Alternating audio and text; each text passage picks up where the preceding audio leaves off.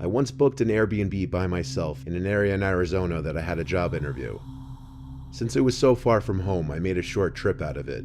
I went with this one specific Airbnb because it was much cheaper than any hotels I could find. It was about half an hour away from where I'd be interviewing for, which was fine with me. It was off some dead-end, secluded road, and it had a nice view of the desert in the backyard.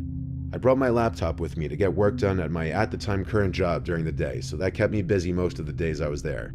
I stayed for 3 days. My interview was on the second day that I was there, which was a Tuesday. I would be leaving Friday, so on Monday, the night before my interview, I was practicing interview questions for this specific company, and just generally getting some last-minute knowledge on their firm. I was doing this on my laptop in the living room of the little house, probably around 9 p.m., when there was a tap at the window. I say tap because it wasn't exactly a knock. It sounded more like it could have been someone's finger. My head, of course, swung to the left to look at the window in reaction. I didn't see anyone, but it was also pitch black outside. I was kind of scared to look out the window, but I had to be a man and just do it. And there was no one as far as the eye could see. Just darkness. Of course, maybe it could have been a bug hitting the window. We've got some pretty nasty bugs here after all. The next day, I got through my interview and thought I did pretty well. So for the rest of my little trip there, I explored different parts of the town in my car, ate at different restaurants, and sat in the backyard and relaxed in the sun. Little did I know, I was likely being watched while I was in the backyard. That night, I was inside watching Breaking Bad on Netflix when it happened again. A single tap at the window. Now it was obvious it wasn't a bug. I was even more disturbed now, but once again rushed to the window. Even though I saw no one, that didn't mean someone wasn't out there. I checked the windows by the front door, then opened the door and looked outside for a second. Since there was no one there, I went back inside and then went to the back door. I stepped outside onto the back porch and looked out to the desert behind the house. Silence and darkness. And then I heard a click. A sound someone made, like clicking their tongue at the roof of their mouth. It was off in the distance, beyond the light from the house. It was out somewhere in that cold desert. I felt as though someone could be hiding behind any number of those bushes, watching me and toying with me. I yelled out, and almost as if they did it in response, there was another click. I pinpointed the direction it came from and looked that way. I could see someone now, standing not too far away, dressed in dark clothes, blending into the darkness of the desert. I started walking a little closer, then stopped, realizing I didn't want to get any closer to that person. I called out, "You're on private property. I'm gonna call the cops if you don't leave." And I saw the person eerily quickly walk away. I theorized it was the Airbnb owner, but obviously that was a stretch and I didn't really know what to actually think.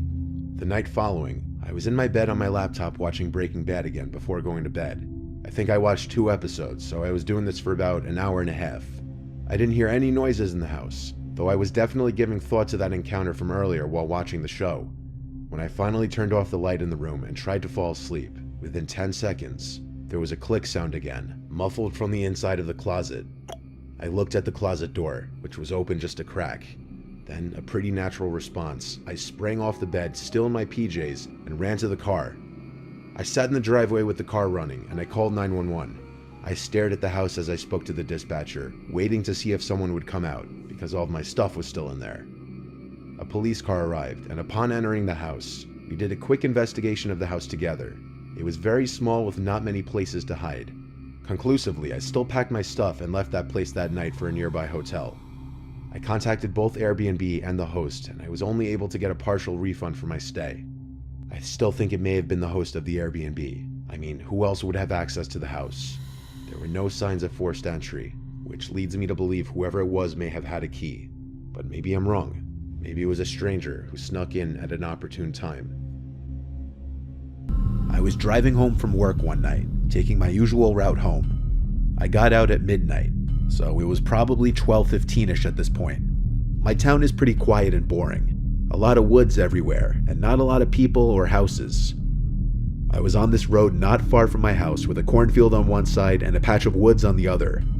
It was midsummer and like 75 degrees, so I had my convertible top down. I was cruising down the street going like 50 when I heard a loud, blood-curdling woman's scream come from one side of the road, but I couldn't tell which one.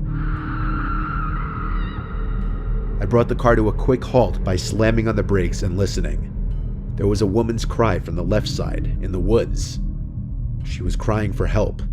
I got out of my car and grabbed the baton from my back seat. I walked towards the woods and called back, "Who's out there?" and the woman immediately called back, "Please help me." I began to run into the woods, swiping all the twigs and bushes out of my way. I yelled out to the woman to keep screaming so I could find her. She'd every 10 seconds or so scream help, and I'd approach in that direction, running, screaming back. But pretty soon, I started to realize no matter how far into the woods I went, the woman's yells didn't seem to get any closer or louder. If anything, they were always the same distance, even though I was booking it straight in the direction of the screams.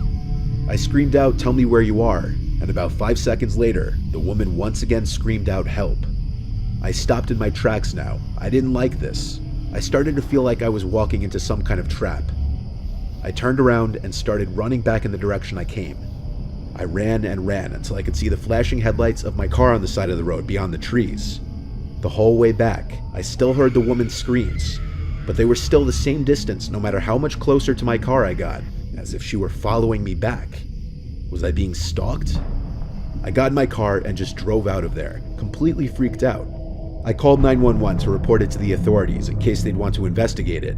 I wasn't sticking around there though, I was tired. After telling a few friends and family about the strange encounter, I was ready to move on with my life. But a week later, I saw something on the news that made me sick to my stomach. The dead body of a 30-something-year-old woman was found in the woods by a man hiking with his dog. Oddly, there were no signs of foul play. The location that the body was reported to have been found was the same general area where I heard the screams. While that patch of woods is very big, I can't help but feel that would be a huge coincidence. A long time ago, I'm talking like 8 years ago, two friends and I, James and Sean, did something really stupid. But at the time, doing stupid things was what we did to pass the time. We're not really friends with James anymore, but Sean and I still talk often, and so oftentimes we'll talk with each other about this story. We were 19 years old. We lived in bumfuck New Jersey. Lots of vacant houses in our old town. And atop a hilly road not far from our houses was an abandoned church. Locals knew about the church. It was on a closed-off road, and it had been abandoned for many years. I'm not sure if it's still standing or what the current state of it is, as I live in Florida now. But James, Sean, and I, being the troublemaking thrill-seekers we were, came up with this genius plan of bringing a Ouija board to the church late one night. This was October, so I guess we were doing it in honor of spooky season. Sean had the Ouija board in his closet, so he brought it. I drove the three of us, so I first picked up James, then Sean, and we just drove straight towards the church. Since the road up the hill to the church was literally blocked off, we had to park on the side of the road and walk from there. We followed the road up the hill to the church, using one flashlight at first, so as not to overdo it and draw any possible attention. But once we were atop the hill, we pretty much all three of us turned on our flashlights.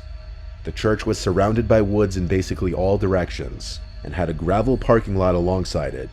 The church had been broken into 1,000,000 times before, and was littered with graffiti, so the big front door was already ajar. Two of us had to work together to pull it open because it scraped on the floor though. Once inside, we naturally just looked around the place with our flashlights to make sure no one else was in there. It was definitely creepy being in that place at night. Sean set up the Ouija board. Then he pulled out these 3 candles from his backpack as well, and he laughed and said it would add to the experience.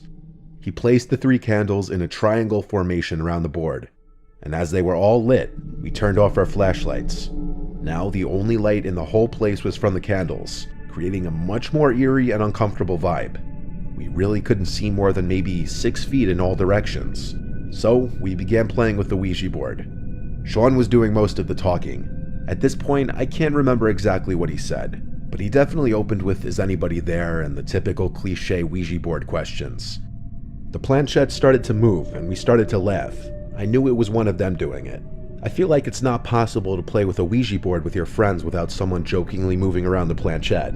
We went along with it though, and whoever was moving it spelled out a few words. As this was going on though, we heard a weird crack type sound come from the altar of the church. Best way I could describe it is it sounded like a big piece of wood cracking in half. It was loud and it sounded like it was done by someone. We all jumped in reaction and hurried to shine our phone's flashlights in the direction of the altar. There was no one there as far as we could see. I think both of them were just as freaked out as I was after that. But the place was old and falling apart, so some weird noises here and there didn't seem that crazy, and so we kept going. We all took turns asking the board questions, but the planchette was no longer moving. I think because that crack sound freaked all three of us out, and now we were taking it more seriously. This went on for some time, until another sound from the altar area broke the silence again. But before we even had time to shine our lights over there again, something landed on the Ouija board, causing all of us to jump and scream. It was a rock about the size of a golf ball. All three of us just had our hands on the planchette 2 seconds ago, and there was no way any of us could have done that. We all three got up and ran back out of the church screaming, leaving the Ouija board and candles behind. We ran all the way down the hill and back to my car, and fearing we were being chased, we didn't stick around. I drove us all back to James's house, where we just sat in the car for a good half hour talking, wondering what exactly just happened. Sean is very religious and superstitious as well. He was confident we had reached a spirit of some kind. I don't really believe in any of that stuff. I believe there was someone else in the church with us, which I find to be equally terrifying. Sean went back to the church the next day with James to get his Ouija board back, and to make things even stranger, the Ouija board was missing, but the candles were still in place. When they saw it was missing from the entrance, they decided to just leave right away. This remains to be the single scariest experience of my life. There's one thing even more terrifying than these clips, and that's what your life would be like without watching more of our videos.